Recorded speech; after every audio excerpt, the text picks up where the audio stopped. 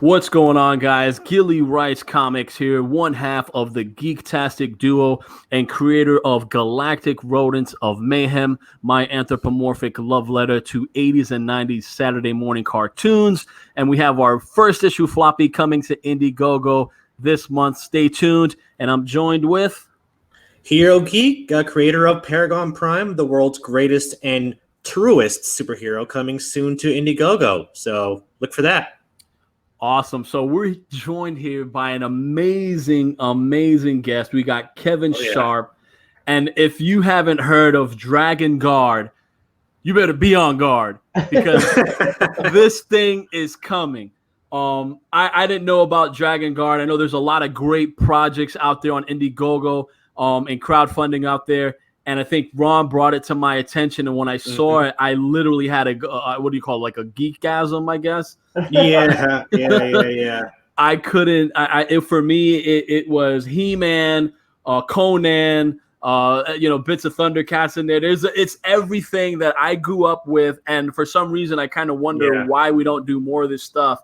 And Kevin, tell us what's up with this. Hey, yeah, you've hit the beats on that one. I just wanted to hit more of that. You know, I wanted there to be more of the fantasy genre, the vibe of the 80s cartoons and things like that.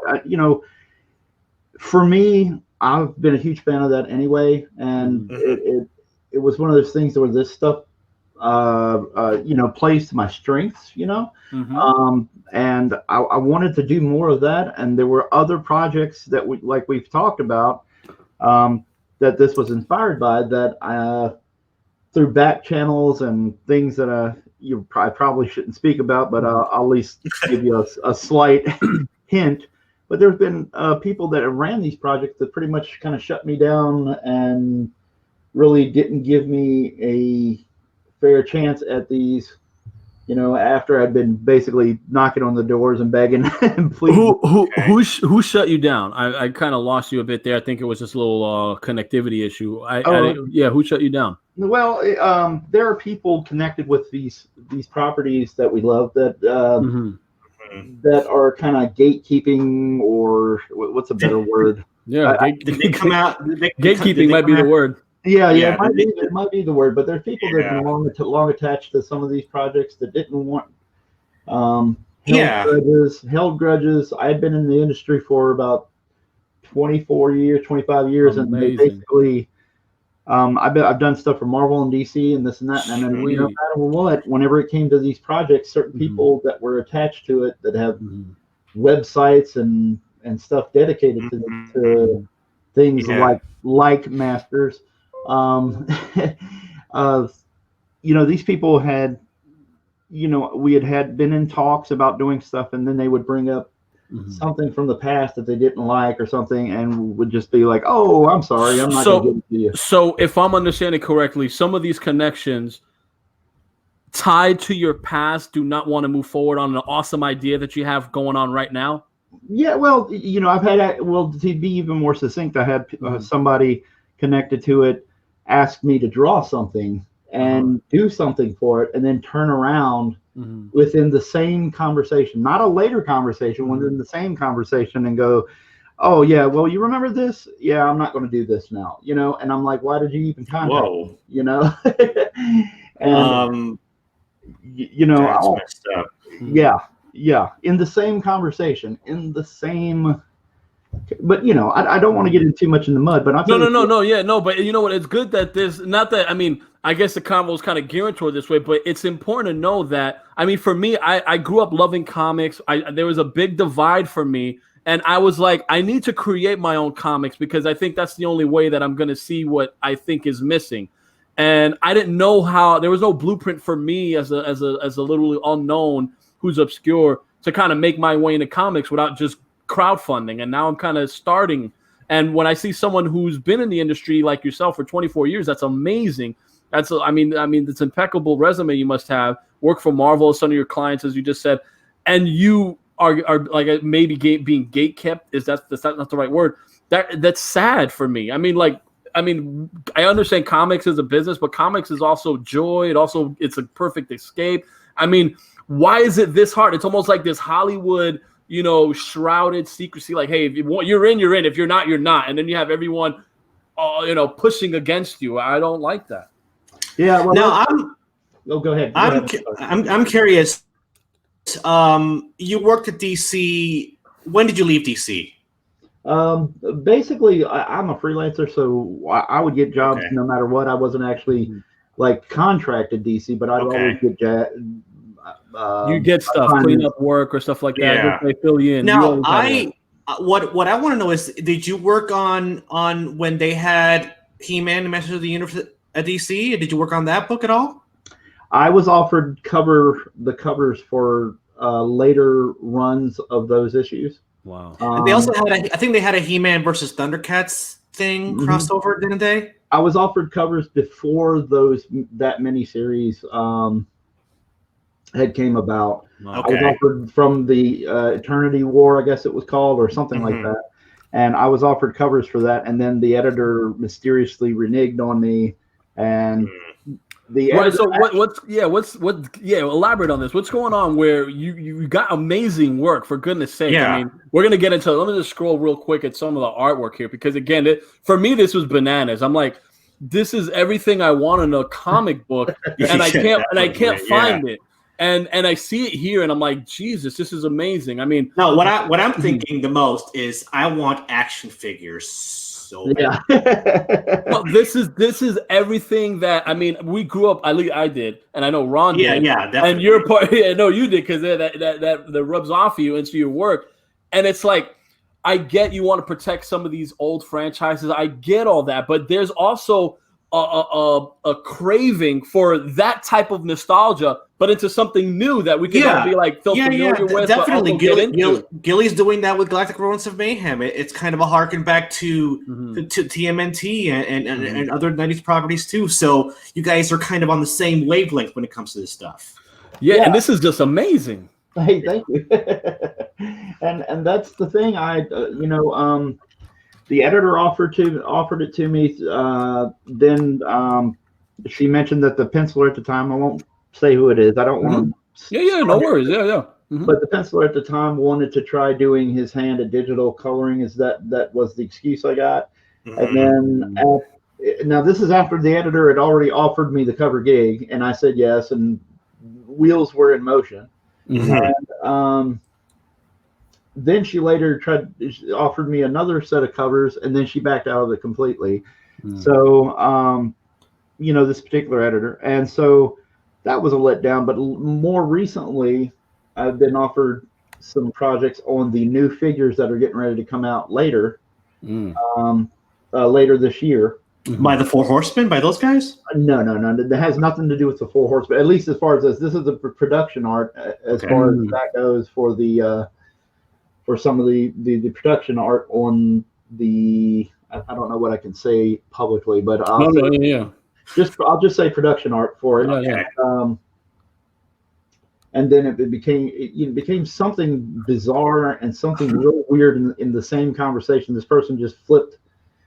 I think it was their personal little kind of jab at me and whatnot. Ouch. But anyway, that's where this came about. This is where Dragon Guard came about.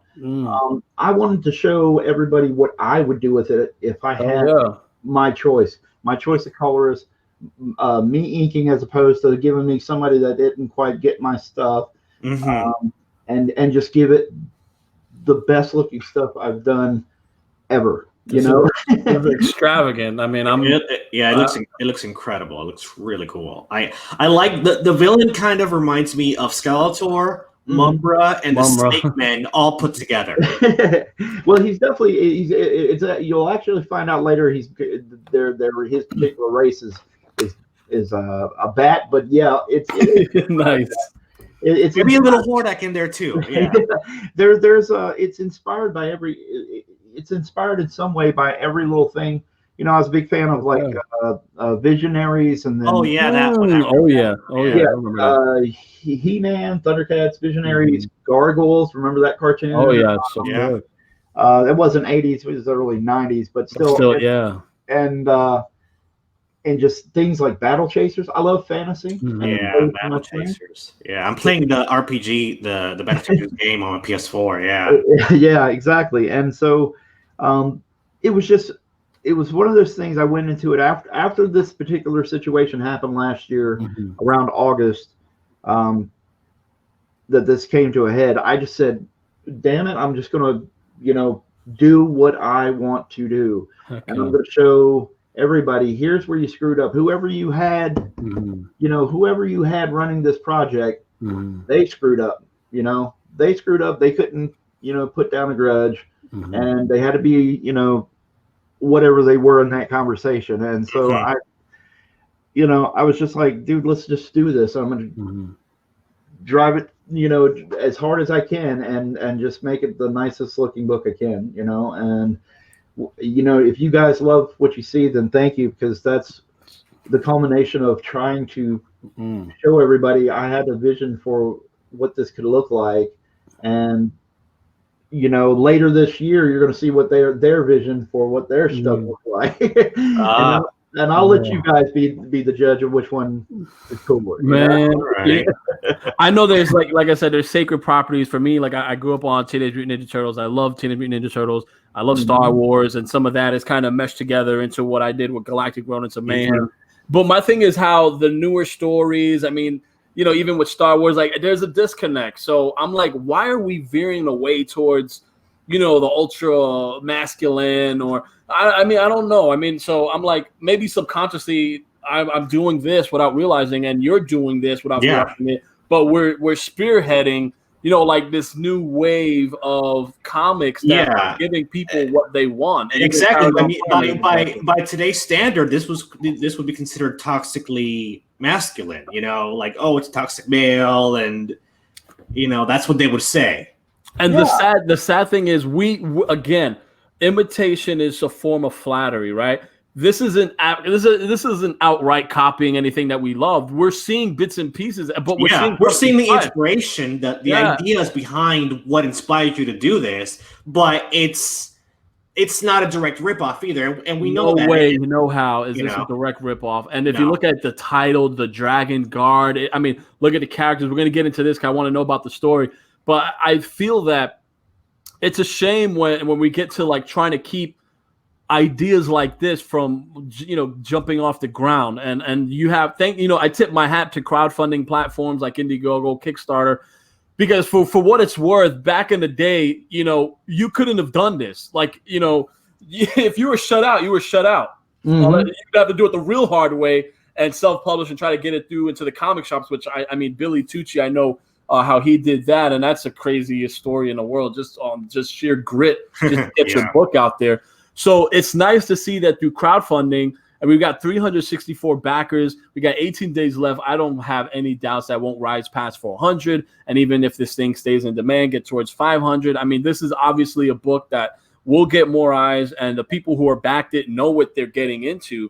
And I commend you for giving me the kind of comic that I crave and that I'm not seeing in the mainstream level. And I don't, and it's not about money, because this thing, look at it. It's obviously that it sells, because there's a market for this, for Christ's sake. I mean, if you watch Netflix and see the toys that made us, all the people that are buying the new He-Man toys are us when we were little. I mean, there's a market for this. So we will gladly still support our heroes, but also gladly support new stuff that's not, tried and true, but or boring. It's bold and doing something in a new direction for this era, and I love what you're doing with Dragon Guard. Oh, thank you. I mean, it was one of those things where I just can't. It came at a time where I was still doing work for Marvel Creative Services, that's a branch of Marvel that does a lot of your commercial art or custom, for sponsors, maybe like Gillette or something like that. Yeah, things like that. And then they do custom comics, and they do packaging and things like packaging art and stuff. Oh, I see. Yeah. And I've been doing that for a few years, and then some of the work started to slow down a little bit, but this exchange came with this person, and finally I told my fiance, there was this little, for what it's worth, is there was this story about Stan Lee, how, he had been writing all these, romance comics and things like that. I read that. I've read a few books by Stan Lee, so I know, I can't think I know the story. Yeah, yeah, and he was at a point where he just wanted to kind of give it all up. He was frustrated and tired with it, and he wanted to do his own thing. And his wife told him, it's like, well, if you're going to leave, why don't you just do your own thing before you go? Yeah. And see where the chips fall, and that's kind of my mentality about it. It's a very parallel mentality. I'm tired of spinning the wheels, and to having somebody that was a complete jerk, just I was like, there's no way under this person's control or this person's guidance I'm ever going to get a fair shake. Yeah. So sometimes it takes a jerk for you to point you in the right direction, for you to it does. It takes giant jerk to get you to like do what you need to do. This is insane. Look at this. Look at this. Yeah. This is glorious, man. Just the pencil art alone is amazing. I would get a poster of just the pencil art. Seriously. Oh, dude, thank you. Yeah, we're actually talking about maybe doing after this campaign, maybe doing a pencil and ink version of the book. Oh my God, that would be a freaking winner. Yeah, it's not a lot to it. I don't have to put any, after I do the main book, I don't have to put together any big production to it. So it'd be it pays for itself, Yeah, that's a great idea. And I've been getting a lot of people asking me, begging me. He's like, "Why don't you do it in black and white?" So all right, I get enough people asking us. And I think with the black and white, I mean, if you look at Conan, from the 70s, the sort of, was it Savage Sword of Conan, and they were like magazine type books. They were all textured really good, cross hatching, black and white. Mm-hmm. They have that look. So here, like you said, you're prepping the pages already with this. So after you build up a good, following, and it's, whenever you want to throw that like ace in the hole, like, okay, we're going to go back and we're going to offer, an exclusive you can only get here through crowdfunding. Yep. Pencil version. Yeah, I love the vibe this is giving me right now. That guy looks like like a cross between Beastman and Monkeyan from ThunderCats. Like those two like meshed together. It's amazing. It looks really, really great. Cool, thank you. Yeah, and he's got a little bit of a Mogwai from Gremlins kind of thing. Yeah, that too. I was goofing around coming up with this design. I was just kind of goofing around and thinking about the 80s. And, what little subtle kind of things I can sprinkle in there without too many people, noticing. Yeah, it looks incredible. So tell us a little bit about the story. Let's give us a little. What would you do? Like an elevator pitch? If we're a movie studio, just give us a quick Besides being a love letter to the 80s type stuff, on a faraway planet of Mystera, when an ancient evil arises that threatens the cosmos, a long forgotten order of mystic warriors called the Dragon Guard return to find and protect and train the heralded sword bearer, the teenage son of a humble blacksmith. And that's pretty much cool where we start everything off. And so that's kind of like he's like the Prince Adam kind of. Well, there's a little bit of that dynamic, but I wouldn't say there's as much as maybe people might think. Like once he becomes the character that he's supposed to be, there's no grabbing the sword and by the power of Grayskull, kind of. Yeah. There's none of that. There's no changing, back and forth. Once he's this character, he's this character. Okay, great. The character's name is Aetheron, and once it starts kind of like his journey towards accepting and learning to accept a responsibility that's greater than he is. Maybe a little bit of the King Arthur kind of deal, and just peppered little bits and pieces where there's something about maturity and becoming sacrifice and becoming something greater. Those themes that I'm looking for when I write it, and that's where we kind of start off. A kind of a situation where there's great power, great responsibility. Yeah. A little bit of that. A little bit of that. All right. Well, tell us to that. Yeah. Yeah. Tell us a little bit about the individual, like I guess the hero characters. Yeah. Right? What's his name? What's more about him as far as this story? Well, Atheron, it starts off, and I got to be careful because one of my biggest pet peeves and what I've told other people in my live streams and things like that is that with the story, one of the things I want to get back to is actually having a little bit of mystery and the fact that modern trailers would really annoy me is that modern trailers is that gives everything away or gives you so much that they kind of take the modern viewer as kind of an idiot and they just spell everything out for you. And then there's so many pieces that you can put together yourself. And by the time you see the movie, some of the stuff is spoiled, you know? Yeah. And you know, I hate that, man. It's almost like I know they want to get you in the seats, but they did so much that I might as well just finish my popcorn because you're giving me all this. Like by the time it's done, I finished the movie already, pretty much. And sometimes they'll give you an alternate version within the trailer, and then when you see it in the movie, like sometimes they don't even add it or they switch it. Yeah. But either way, it's still too much. So I appreciate that you want to leave something to the reader or the concept and the art itself has already sold me. I don't need to know more about the story. I really don't. Like, I'm sold already. So listen, in all honesty, the story can literally be about him bullying everybody around town, and with little words as possible. Maybe just 5 words throughout the whole 60-page comic, and I'm in already. Oh, thank you. I mean, that's how much you sold this. So. I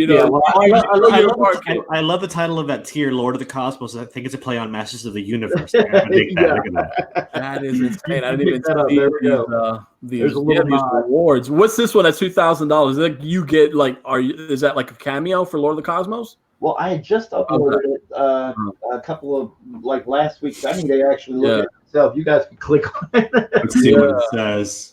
But it should be in there. I'm sorry, I'm having a little trouble with my my iPad at the moment. Let's see here, and then I can go through it with you guys and talk about it. It says special cover, right, for the sketch cover perk that's behind the blank. Yeah. There'll be a separate cover. We have a stretch goal for doing the sketch cover, and the cover that's behind the blank. You know how you usually get one.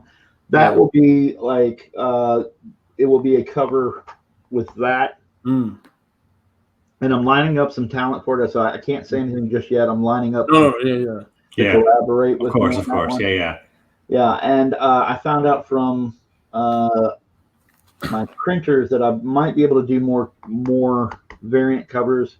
So nice. I'm not sure. I don't want to be like Marvel and offer a 30 variants on one on one run of it. I don't want to overdo it. Yeah, definitely not. Yeah. So it's one of those things we're playing with. But yeah, we have that sketch cover perk, and then you're basically going to get the kit and caboodle of everything. You're going to get 11 by 17, the actual cover, the comic size metal prints. I'm offering comic size metal prints to go along. They're of each of one is the promo image that you see that you got on screen right now, and then the villains cover, nice, and then heroes cover, and they're in metal prints. You have two metal cards, and then excuse me, I'm sorry, I got a little choked up. And then you have the free sketch. You get a free sketch on the sketch cover too. Nice. On your sketch cover copy of the book. Sweet. Cool. I think I backed the Heroes cover actually, if I remember correctly. Awesome. Cool, man. So real quick, we want your feedback on me and Ron. We were looking at this, and we're like, I wonder what has more backers, the Heroes cover or the Villains cover? Because for me, I always grew up loving villains. I don't know why, and I always was drawn to them.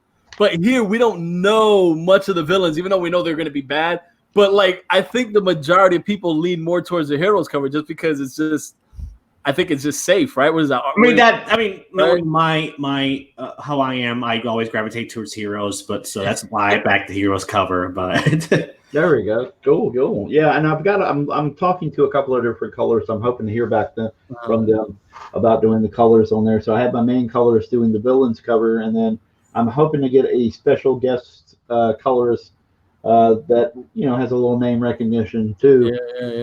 To do one of the covers, or at least the heroes cover. But initially I had set the heroes cover for the unsigned books, being the generic or the general regular cover for the book, and then later, if you wanted to sign, you could get the villains cover. But I had a bunch of people asking me about it. It's like, well, why can't I get the villains cover? So I was like, all right, well, cool. I'll make it up. Yeah, I'll make it. The unsigned as well too. So this is cool. So okay, it's a 60-page book, right? Mm-hmm. Okay.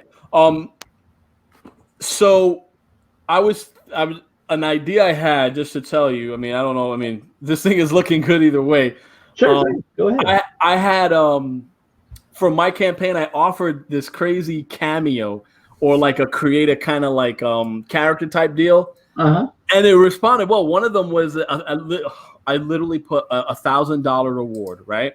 Oh, okay. Perk, and I said, whoever gets this, your character is going to be like a mainstay in this universe. Like, wow, crazy, yeah. And someone actually backed it at $1,000. I talked with him and like giving me, so. But it was $1,000, and we got his character is pretty cool as well. So, is that something that you would be open to bring in more revenue, or you like maybe don't want to go that route? Would that be something you consider? Yeah. Of course, Dragon Guard owns the rights. You got to put that out there. That's the thing. It's definitely something to consider. It's a cool idea. Again, I think you already brought it up. It's just making sure that the rights, so I don't have to fight somebody legally about it. Right. But yeah. I mean, I'm open to anything to try to get more eyes on the project, and I'm already considering. I can't tell everybody listening out there that I'm definitely going to do it. I want to consider the logistics of it. But I am considering a fan art contest. And the winning fan art. This is what I'm considering anyway. The winning fan art will actually get published on the inside cover of the book. Oh, that's awesome. That's good. So, get some more eyes on exposure. I like that. Yeah, and have another artist if you're a first time artist, or if you're somebody who just wants to get a little bit more exposure. It won't be it's not like it's a 16,000 or 20,000. Of course, no, but it's these type of opportunities. I think that that are cool to offer more, because again, it opens the doors for you never know who's looking, and it shows you as a creator willing to shoulder some exposure for a fan, and I think that's awesome. So I got another question. Is this kind of a one and done deal, or is this the first part of a multi-volume kind of series? I would like to see it at least go to 3 issues, at least. Okay. 60 pages, right? Yeah. I think the blueprint you have, because me with Galactic Witness of Mayhem, my idea also was one big book, and then of course who could make an ongoing that go for it? No. But let's just have a complete sense of closure. And if you want to pick up later on, you could. And I think for some reason the trilogy I'm a big fan of trilogies. It's so simple and iconic. 3 books. You got your first 60 page how it goes, and then you got your 2 other volumes. I think Dragon Guard is a perfect blueprint for what I call a trilogy in comics. That's thank you. Yeah, and that's my whole vision for it. I want to eventually, just from crowdfunding, I want to kind of be able to, hopefully, for it to catch fire, to put it in other markets like stores and like bookstores or comic book stores. But I was thinking, kind of like how they introduced G.I. Joe. I guess is a perfect example. Remember how they had the Weather Dominator and the Master Life miniseries? Oh yeah. Yeah, and then it led into the actual series. Yes, and that's what I would like to do here. Is maybe do the mini series of 3 issues, and then if it's a success, and if it builds, and if it becomes something that people really want to see, then maybe find another avenue to make it an ongoing series. You know, I love that last panel on that page. Scroll down a little bit. I love that. The him punching. It reminds me of like the intro to He-Man when He-Man just approaches and he just punches the camera. Oh god, that's so good. Yeah, and it's exactly. I wanted that energy. I didn't, I just wanted to kind of remind people, give you a little bit of how cool that stuff was, and kind of make you in the back of your brain, go, oh, okay, cool, and you get that feeling, Ooh, I have another question for. Are you excited over the Netflix He-Man revival show that's coming out? I wasn't initially, just because I'd seen what they did with She-Ra, and I wasn't. And ThunderCats, maybe. And so I wasn't a fan at first, and then when because as much as I love personally as a kind of guilty pleasure, I love a lot of Kevin Smith's movies. Mm-hmm. He doesn't have the best track record. No, Yeah. And so I was like, man, I don't know about this. I've never, in the time that I've ever heard him talk about cartoons and comics, he's never mentioned He-Man ever as being a fan. And so I was kind of like, I don't know where this is going to go. But when I saw his voice cast list, I was like, dude, he's taking it seriously. Yeah, he's got Mark Hamill in there, so. Yeah, and you've got Lena Headey from Game of Thrones. Yeah. Some other people that I think there was one other voice actor. I think she might be playing Evelyn. I want to say Evelyn, but I don't know seems like a shoe-in. It seems like a fit for her, doesn't it? Yeah, it does. And he's sparing no expense, it looks like, and he's playing out the big cards to get a nice little. I just hope it doesn't go the route of the She-Ra show. Yeah. I'm a little worried about that, to be honest with you. I don't think they'd mess this up, man. It'd be too much backlash. Well, they messed up ThunderCats and they messed up She-Ra, so yeah, if that's 2-3 strikes, you're out, man. Yeah, start looking at new properties. I'm just saying. I mean, any good publisher out there that does indie comics, I wouldn't see why they wouldn't want to add Dragon Guard to their, to their inventory, to their list. Like Image, I used to follow a lot of Image, and then I kind of, I don't know, lately just been a little bit off. Dark Horse Comics, I grew up loving them because a lot of their, the Aliens, Terminator, the Star Wars book. So I always have a thing for Dark Horse, but I feel like some smaller publishers could look at Dragon Guard, and this is just the shiesty ones, right? I don't know if whoever hears this and gets offended, you might be one of the shiesty ones, right? But I feel like if you might be intimidated, right, to put Dragon Guard, to feature Dragon Guard, because again, that's going to be all the attention, right? Like listen to me, man. I'm just telling you, there's some project, like you said, that you were being gatekept, or kind of gatekept to a degree, where you're getting shut out, and you're seeing the beauty of what's coming out of that through crowdfunding. So my thing is, any freaking publisher that likes taking any type of solid winner book, why is this not on that list, right? Yeah. Ron, from what you're seeing, you read a lot of comics and indie comics, and you're like, I mean, I think it'd be too, it might be too masculine if anyone. I mean, if no one would want to take this, we're getting to that point. This reminds me of the New Warriors video when he said that he saw the New Warriors comics on the racks and they intimidated him. And that they were too cool for him to read. Like, really, dude? This sums up my point. Like, a publisher that wouldn't want to feature this. I mean, I'm just saying, like, why not? Like, if I'm just saying, like, it's these type of stories that need to be in the limelight. This is too cool and too masculine for some people. Apparently, I don't know. I don't think you'll have a problem finding a publisher, even a top publisher. Yeah. If some small indie publishers are, that you understand, it's probably they're too intimidated. Maybe probably. Yeah, that's what I'm thinking too. They're too intimidated by how awesome this actually looks. We love, and we're geeking out right here because we and talking with you, it shows that you care about what you're doing, and you're not putting out something out there just for $1. You're putting out hard quality work. You're putting out passion. You're putting your blood, sweat, and tears into creating this project with your team, and you got a hell of a team. And like you said, this is what would be an example of you calling the shots and making your comic. And this is it, guys. Yeah. Dragon Guard. I mean, if you guys haven't heard of this, open your eyes and just back this book. 364 backers for me. It is. We need more than this. Need to be at least 500 at least by when it's all said and done. Minimum, if not going way. Man, we see a lot of projects out there that get thousands of backers, and more power to them. That's awesome. But I feel like these gems really need more eyes, and I don't think there's going to be a problem because again, you got 364 backers. Keep doing what you're doing. And this is going to be, we're going to see the 3 books because I want 1 volume. I want the 2nd volume. I want the 3rd volume. But then I want the Omnibus Bible edition that has it all and signed by you. So, I mean. Yeah, I will back each individual volume and I'll back the Omnibus. Yeah, I'm there. And when you each other, we got a good thing, man.